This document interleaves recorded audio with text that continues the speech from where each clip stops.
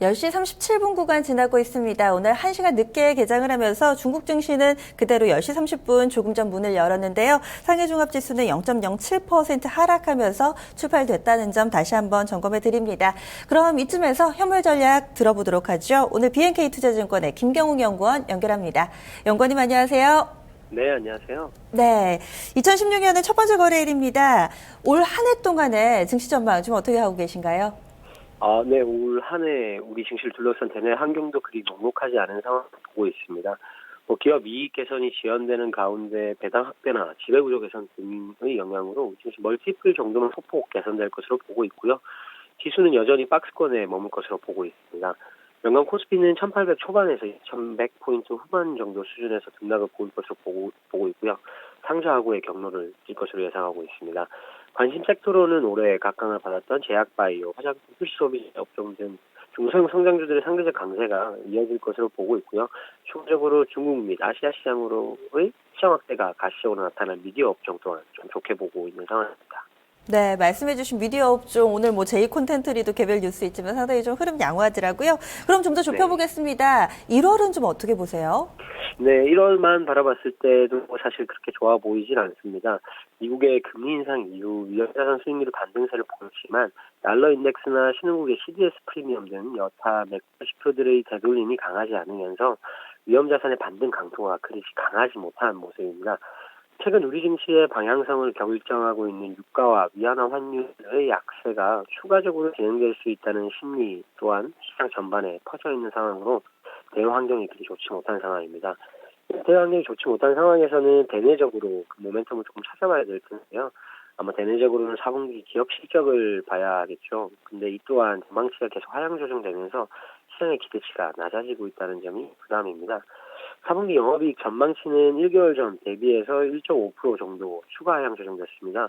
FM 가이드 분류 22개 업종 중 건강관리, 유틸리티, 자동차 등 5개 업종을 제외한 모든 업종이 하락했고요. 그 폭 또한 큰 편입니다. 그러다 보니 1월 코스피 시장에 대한 전망 또한 그리 좋지 못하고요. 이번 주 금요일에 있을 삼성전자의 잠정 실적 발표 이후 시장 변화가 나타날 수도 있겠지만 지금으로서는 1800포인트 대로 하락할 가능성 또한 염두에 두고 전략을 꾸려나가시는 편이 낫다고 생각됩니다. 네, 그럼 1월 달에는 어떤 전략이 좋을까요? 네, 앞서 말씀드린 대로 증시를 둘러싼 대내 환경이 부진한 상황이다 보니 다소 보수적인 대응이 유효하지 않겠나라고 보고 있고요. 시청별로 봤을 때는 대형주 대비 중소형주가 상대적으로 강세를 보일 수 있을 것으로 보고 있습니다. 전통적으로 1월은 중소형주의 강세가 두드러지는 달인데요. 2010년 이후 평균적으로 중소형주가 대형주를 2%가량 아웃퍼폼했습니다. 작년에는 더욱 심했었는데요. 2015년 1월 코스닥은 9% 가까이 상승하면서 코스피 대비 7% 이상 상대적 강세를 보였습니다. 대내 환경이 작년과 지금이 비슷하다는 점에서 올해에도 중소형주의 상대적 강세는 재현될 것으로 보고 있습니다. 일부 대형주 내에서는 4분기 실적 모멘텀이 유효한 자동차, 유틸리티, 화학 등으로 관심 업종을 압축시킬 필요가 있어 보이고요. 중소형주의 비중이 상대적으로 높은 건강관리, 화장품, 의류 업종에 대한 비중 확대 전략이 다소 유효하지 않겠나라고 예상하고 있습니다. 오늘부터 좀 시작을 해야 될 것 같아요. 오늘 또 포트를 정리를 할 때 조언을 주시자면 어떻게 해볼까요? 간략하게만 들어볼게요. 네. 크리스마스와 이제 휴가 시즌을 맞아서 이제 아무래도 오늘이 이제 그 휴가 시즌 이후에 첫 개장이다 보니까 지지부진한 흐름이 나타나지 않을까 예상했는데요. 스탠리 피셔 연준 부의장이 금리 인상 관련 코멘트 때문에 대형주를 중심으로 약세를 보이고 있는 상황입니다. 말씀드린 대로 중소형주의 경우에는 강세가 나타나고 있는 모습인데요. 앞서 설명드렸던 부분이 빠르게 시장에 확산되고 있는 것으로 보여집니다.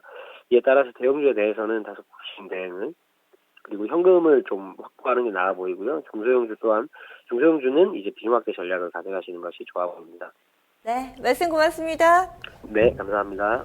전반적으로 좀 의견이 집중되고 있습니다. 대형주보다는 중소형주 위주로의 대응 전략 권했습니다. 현물 전략은 BNK투자증권의 김경욱 연구원과 함께 세워봤습니다.